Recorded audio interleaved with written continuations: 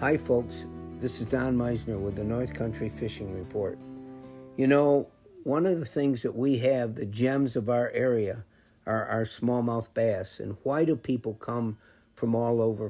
What makes the smallmouth so special? Well, one of the things that I've done is I've listened to these guys that get up on the stage that are coming up here to fish these tournaments. And they talk about, they almost always say, well, what could have been?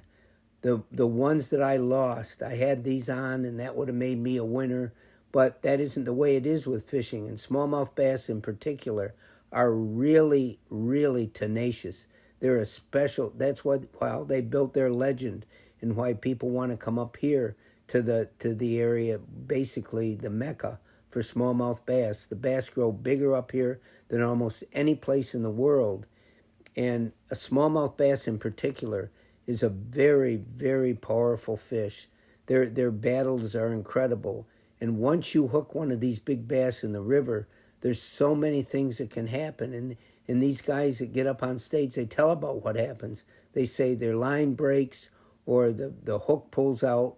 And, you know, these bass aren't just going to come in willingly. They tend to jump and leap out of the water. And every time they do, they shake their head and try to shake that lure out of their mouth. But the smallmouth bass is really special. They have power that's uniquely to them. They're nothing like a largemouth bass. They're cousins that don't have near the power and near the battle that smallmouth gives. And that's what's created the legend and why people from all over the country want to come up here to discover what it's like to catch one of these incredible trophies. You know, this becomes a bucket list for a lot of people to catch a really big largemouth bass. And talk about really big largemouth bass. In our last tournament that we had just a week ago, the Toyota tournament, there were people that caught bass that were so big. There were so many 6-pound smallmouth bass that were caught. And in one of the cases, a guy brought one in that was just a couple of ounces under 8 pounds.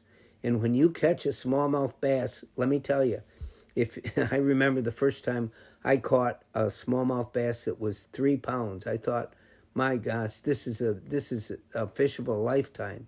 The battle that it gave was just incredible. And I remember that. That's what these fish build, is they build memories within us if we're lucky enough to go after them. So that's what we have. You know, I've thought about why people chase these smallmouth bass. They are really that special. And we're really fortunate to live where there's a resource of the biggest smallmouth bass, really, I think, in the world. Now, why are they so big? They keep getting bigger and bigger and bigger. Years ago, any time you could catch a 4-pound smallmouth bass, it was a trophy of a lifetime. Now these fish are approaching 8 and 9 pounds in the St. Lawrence River in Lake Ontario. That's really astounding. So we have, that's what's drawing people here, is this wonderful fish that we have that's part of our way of life here.